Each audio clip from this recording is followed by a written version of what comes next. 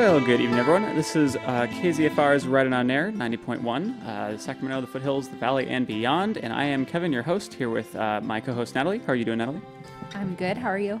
I'm doing very well. It is still cold outside, so less well than I could be doing, I suppose. However, I think at the time of this recording, I actually won't be in town for this one. I'll still be on vacation. So this is a pre-recording, FYI, to everyone listening out there.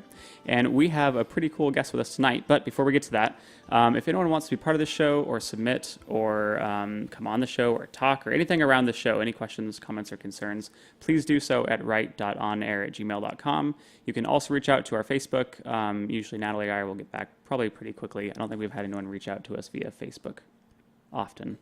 Yeah, not really. But you can. The option is there. We also have a YouTube page, although I don't know if you can reach out to us from there. So stick to the email, write.onair@gmail.com. And Natalie, I'm going to let you do the intro for our guest today. I would like to introduce a dear friend of mine, Mr. Izeck Free-world Hempseed. Izeck is the moderator of One Day Poem Club, and he also teaches at what high school? AFC Cal and Fairview High School. Yes, and he also does Alternatives to Violence, which our previous guest, Anthony Peyton Porter, does as well. Izeck, you want to tell us a little more about yourself? Sure. Yeah, I'm a long-term sub out there at AFC Cal right now, which is a middle high school alternative continuation school, teaching life skills this semester. Other than that, I sub anywhere and do prison poetry workshops as well, and like to just stay on top of like Existing. Yeah. I forgot to mention he's also broken into the comedy biz recently. And I've mentioned you on this show before because poor Izeck lost his home in the campfire, and I don't know if I ever told you, but I shouted out to you because that poem I wrote for One Day for what was the theme? Dawn. Dawn, yeah. I had mentioned you on that show, so Izeck's name you might remember if any of you continue to listen to this show. This is the Izeck I was telling you about, so I'm really glad to have you on the show. Thank you. And we're going to be graced with your poetry tonight as well. Or is it poetry? I actually don't know what we're... Oh yeah, it's poetry. Cool. Well, I mean... I think poetry is like the base of music. Yeah. And even comedy. It has a rhythm to it that goes really well in both atmospheres, I think.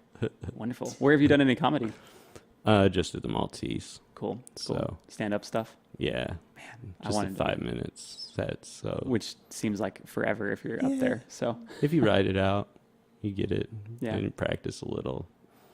And then you just learn how to read like the audience. But yeah. That works. Man, I got to get into that. One day I'll break into that scene because it seems pretty cool. Do you have any upcoming... Please don't. Hey, listen. You stay down over there.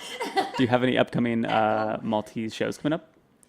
They're all just just open mic Sundays. So if you want to go on Sunday, you might see me there, but you see a lot of other great folks there too. Cool. We'll go there on Sundays. Yeah. If you see Izeck, say hi. Yeah. Well, I think let's dive into some of your pieces then. All right. What do you got for us? This first one I called Doing Nothing. So I'll just start reading it. What am I doing? I'm doing nothing. If nothing means not consuming more, if nothing means sitting in silence and listening to the world, I'm doing nothing. If nothing means not losing my time for paper, if nothing means not extracting unsustainably, I'm doing nothing. If nothing means taking my time walking, if nothing means being quiet and listening to a friend, I'm doing nothing. If nothing means not making a profit for myself or another, if nothing means not accounting for time, I'm doing nothing. If nothing means breathing, if nothing means sleeping, I'm doing nothing. If nothing means laughing, if nothing means speaking, I'm just doing nothing. Don't mind me. I like that piece a lot. That is beautiful. Thank you. Oh, man. Any comments? It sounds like you're doing something there. Do you want to explain the inspiration for that piece and maybe a little bit about your background too and your belief system that might have inspired that? Sure. I don't think it was prompted by anything specific besides just the question, what are you doing? Like, people say, I'm not doing anything. And then I was like, wait, is anyone doing nothing?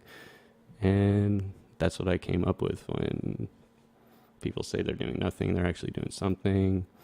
And I guess it doesn't really touch on nihilism much, but maybe you can kind of see some of that in that as well. Yeah, I was going to mention like the idea of nihilism because I know Izeck, but those of you out there don't know him. That's a big thing for you, right? Nihilism. I mean, that's your core belief. No, I'm just kidding. I dabble in nihilism. I think we all do, but because people don't know you, does that inspire this piece at all? The idea of doing nothing, and maybe that's why that came to your mind?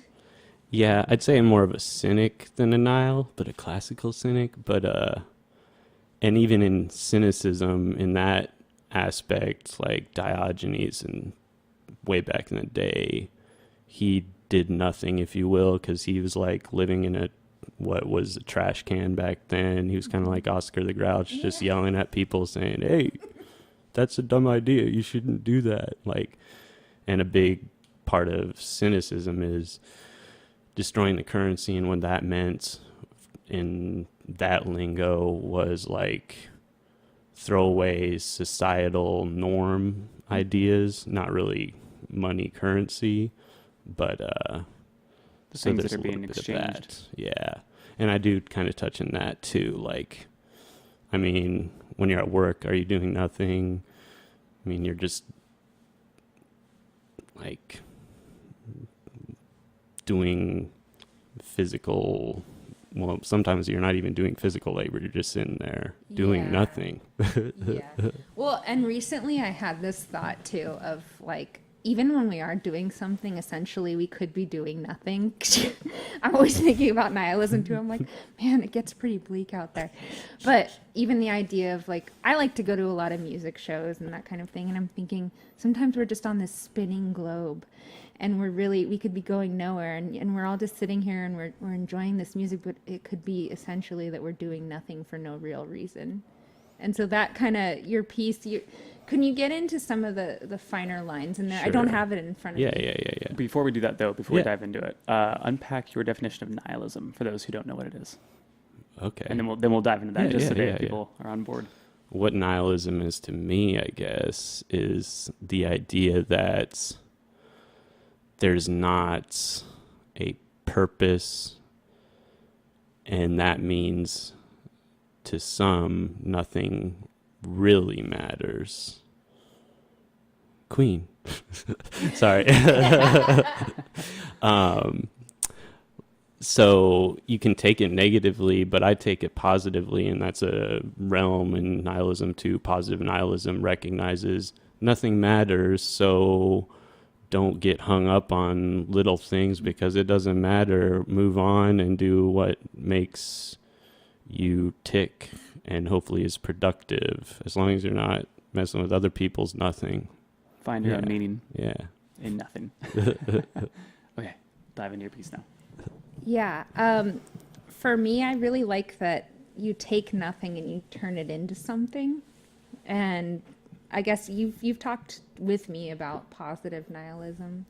And I like that you say here, if nothing means taking my time walking, if nothing means being quiet and listening to a friend, I'm doing nothing.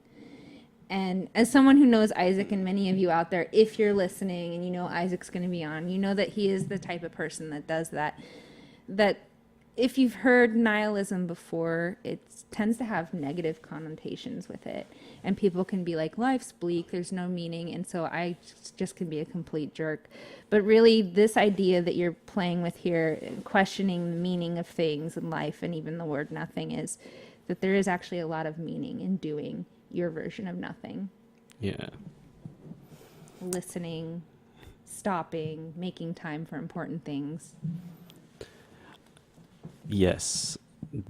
And how, like, also in this, I think I was also touching on some people look at, like, volunteering and work that you do that's free, like this radio station. It's not doing nothing just because you're not getting paid. Like, you're probably doing more listening to a friend than sitting in an office doing whatever some people do all day. Yeah. I don't know. In a small way, too, it's that piece shows your value system.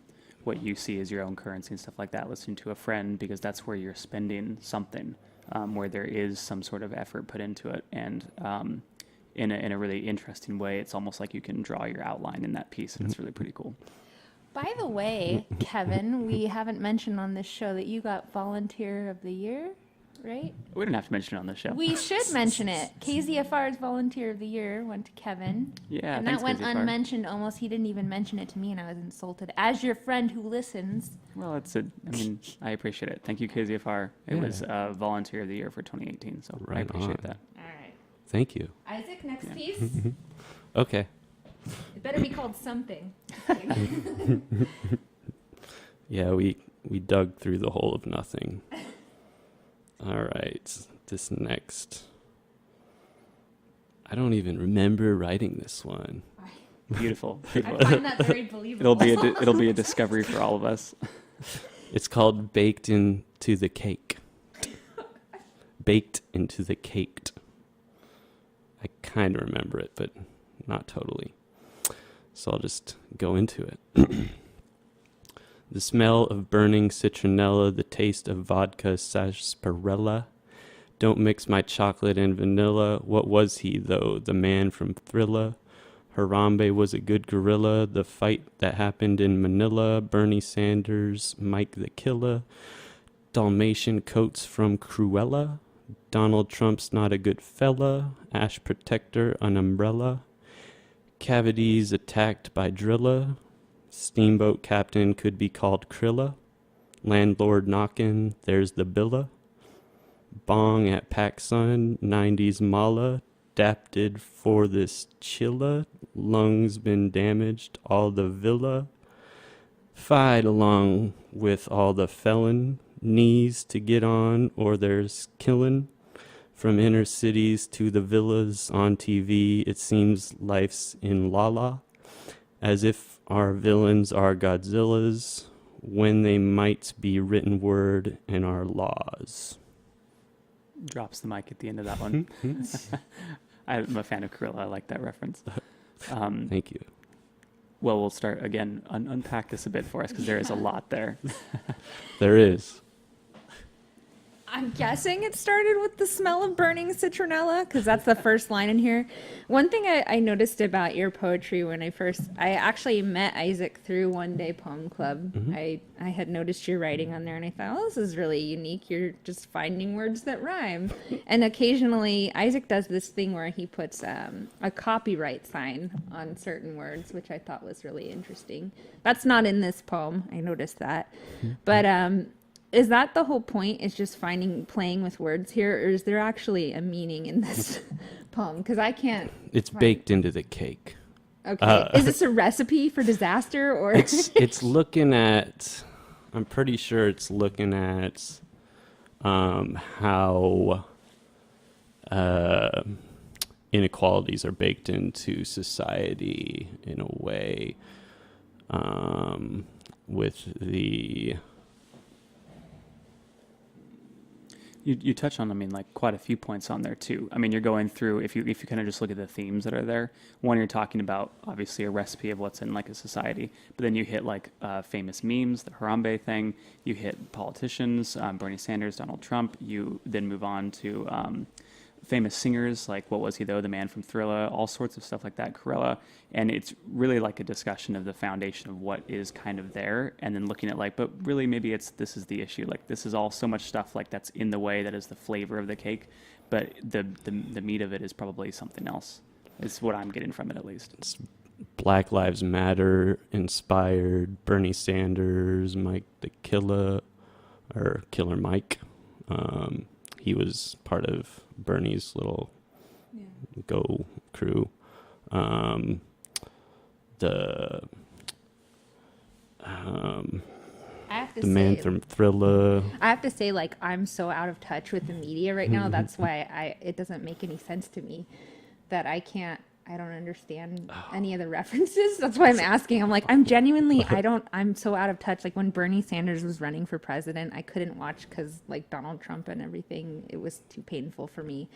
So a lot of those references, I don't understand them. So I'm confounded. I don't know who. Vodka sarsaparilla. It's a light drink mixed with a dark drink. Chocolate and vanilla. Yeah, okay. The man from Thriller. That was the Michael Jackson? big. Oh, Yeah.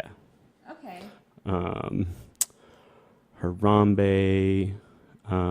Those memes get rude. And very one-sided. The back and forth. the fight that happened in Manila, that was the big white hope thing way back in the day when two boxers, one black, one white, were going for the first or biggest time first. Dalmatian coats, black and white.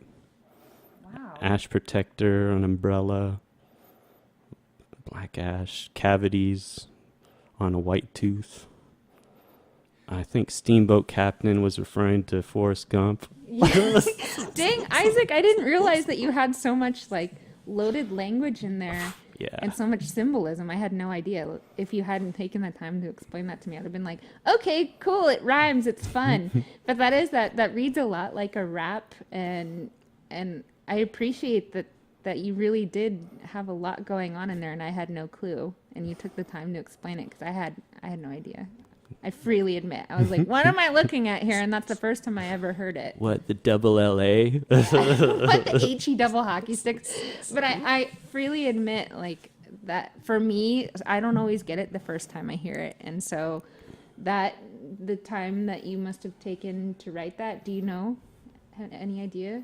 Were those just like a lot of like media images come into your mind and you're just like, wow, I'm so deep right now and it's all just flowing like a rap star? Yeah, it pretty much flows for me. And like, I do look for rhyming words and then force media references sometimes, but I think it works for me. Yeah, because I could see like a subconscious effort being made there, and then it does connect though, because you can find the meaning, you can string it all together, and that's really, I had no clue upon first gander of that poem. And it makes sense because I do say on TV it seems life's in la la. Yeah. So if you're not in the TV sphere, maybe this wouldn't make sense. And I'm trying to say that on TV, there's ones in la la, like with what's actually going on and what all these media things that you've heard about. And even like just chocolate and vanilla, like vanilla's a black bean. Yeah. It's not white. What does that mean? Yep. Mind blown. The little flex. I saw that in a meme. Yeah. I'm very smart. You're in touch with our current cultural references. Really, though, that piece does speak of someone who's paid attention to our current cultural references, but also is not consumed by them. And that's, I think, the really hinging point. I mean, you can be consumed and consume them, I would say, but to be able to step back and critique them and look at what you think is valuable versus not valuable and what should be valuable, I think that's a really profound piece. Thank you. Yeah. I try, I think. It comes across, I would say. Comes across. Did you have another piece? I have Yeah. a few other Read pieces. one of your palindromic ones where you have words going. Here, let's. Oh, Oh, yeah. Isaac, you do this thing with words where you kind of play with words that go forward and backward. I feel like I've seen that a lot in your poetry. Do you have any pieces like that? It's okay if you can't come up with one right away. twisted, resisted. No. I'll find it. I know which one you're talking about. Or a one. Just read one. And, like, anyone. Poetry Oh. roulette right now. Just make sure it's good for radio. Oh, God. Yeah, please, that would be wonderful. Excuse me. All right. This one's called Home. Okay. Home is a 4-letter word. I hate the idea of home. Homes change with the wind. Homes disappear with the wind. Sometimes you wind up in a home. Sometimes a home winds you up. Homes that are wined and dined. Homes that are wined and cried. Dried and died and died. Homes that are bought, homes that are sold, homes that are white, homes that are gold, homes that are bold, homes that are trite, homes that are doled, homes that are taught, distraught, begot, forgot, shot, hot, ought, not. Homes change, homes drain, homes chain, homes derange. Why go home? Garden gnome. Bone home, home tone, home phone, thrown home. Where's home? What's home? Who's home? Honey, I'm home, home alone. Honey, I Shrunk the Kids at home alone. Jerome's home, apartment home. Town home, ranch home. Gone fishing, gone home. Home is where the heart, stuff, family, friends, pets, furniture, malls. Male, childhood, first is. I don't like my home or homes because I don't like the definition. Well, having known you for some time, this makes me think of your life in general and what you've dealt with. Maybe, I don't know if you want to delve into your history, but how informed is that poem on your experience with, like, maybe growing up and being the child of, is it military? How informed is that poem, basically? Tell the audience. All right. So yeah, my dad was in the Air Force. I was born on an Air Force base. Then I moved from Michigan to Ohio, Nebraska, Germany, back to Nebraska, Italy, England, DC. And that's where I went to high school. And then I joined the military. Then I bounced around other states, Iraq and back. And then I went to Australia between the military and Chico. So, along with one of my first comedy prompts is always this question, where are you from? And it's the only true answer could be Earth. Mm-hmm. I mean, I was born in Michigan, but I only lived there for a year and I don't remember that. So it's I go visit, but it's where my family is. So at the end there, I went into giving a bunch of examples of what people think makes a home. Is it where home is where the heart is the big, fluffy one. Yeah. Or is it where your stuff is, or your family's from, or where your friends are, or where your pet is, or where you have furniture, where you get your mail, or where you grew up, or where you first were. So it's Yeah. And you're a big proponent now of tiny homes. You still own one, right? Yeah. I just think that that's really interesting. Do you think that that's your life itself was a big influence on your being for tiny homes and having moved so much and even having this very loose definition of what a home actually is? Yeah, because my mom's side of the family is are hoarders. Yeah. which I've noticed I can do if I want to. So part of the reason I like tiny houses is that, but also it just makes mobile living easier, because if you don't have a lot of stuff and you don't have a lot of space to put stuff, then you don't get a lot of stuff, and your life seems a little simpler and easier to move on if that's what you subconsciously in your mind thinks is going to happen all the time. Yeah.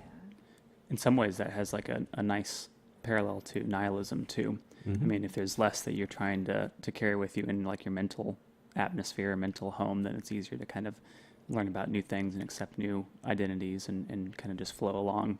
And also, I like the similarities between this piece and the nothing piece as well. They have kind of a similar structure to them, in the sense that you're talking about one thing, but really not talking about that thing. You're like, this isn't really what I'm subscribing to. I'm drawing myself an outline here of who I am by drawing something else entirely, which is really cool. Yeah, the thing I always have appreciated about you is that you've taken life on your own terms since, I believe, leaving. You're in the military, right? Yeah. I don't want to get it wrong. Air Force, military. I don't know all the terminology, but you've taken everything on your own terms since getting, I would say, your freedom, and even your name. I don't know if you want to share that with everyone, but you know, Izeck Free-world Hempseed is not your birth name, but I love that you've taken that into yourself, and even this definition of home and your poetry, and in sharing this much with us. I really appreciate it. Just that you're that willing to take life into your own hands, even if you are a nihilist. Like nothing, too. There's another word that you've redefined for us in terms of having so much more meaning than I ever thought. So you want to expand on your name, though, for everyone? Sure. Since that is the poet we have tonight. And that actually relates to another one of the first stand-up jokes I did, which was just, is that your real name? And I'm like, well, is my real name my birth name? Is it what I go by? Is it what other people call me? Because I've gotten Jesus a lot now that I'm subbing all the time, and I'm like, whatever, you can call me Jesus Kid. Just don't call me late for dinner. Due to the fact you have lots of facial hair and long Yeah. hair for Oh, those yeah. on radio who can't People see us. think I look like Jesus, maybe a white version, but yeah. Wonderful. So yeah, my first birth name, my first name was Izeck Free-world. So my parents were already like prepping me for poetry, because they were like double A, yeah. And so like when I changed it, I kind of kept that going to respect their thoughts, I guess. So I got free and seed, so EE. And I've been thinking about a more normal sounding name next, which might have doubles, but I won't get into that now. But yeah, like after being in the military, hearing your last name all the time can put me in that like I gotta ship up and shape out and like stand up straight, blah blah blah. So like part of changing my name was just moving on from a military lifestyle, because I was born on a military base, lived on them everywhere around the world, well, North America and Europe, so just finally getting out of a military sphere for 22 years and into a Chico of all places was like, whoa, like civilians are cool. And like, so it wasn't like a spiteful thing. Some people might think that, but no, I think it was healthy for me to do. Yeah.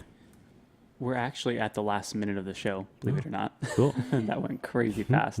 Usually I ask people at the end maybe like a piece of advice they can give and stuff like that. But honestly, if you think you can fit it in the last 40 seconds, perfect. But if not, I kind of just like the story of your life right there. I think that's a good impression of just how to live, how to write poetry. And honestly, you have a pretty cool style there that is very unique to you, which is pretty neat. So, Cool. Yeah. Anything else to say, Natalie? You think of anything? She shrugged, for those of you not in the room. Meh. Well, thank you, Izeck. That was super cool. We'll have to have you back again, man. Yeah. And I have more. Yeah. Okay. Then we're going to have him back then at some point. So anyways, thank you to everyone out there who makes the show possible and tuning in and listening. And thanks for being on the show again. And if you want to submit or have any questions or want to talk to Izeck at any point, you can email us at write.onair@gmail.com. Have a good night, everyone.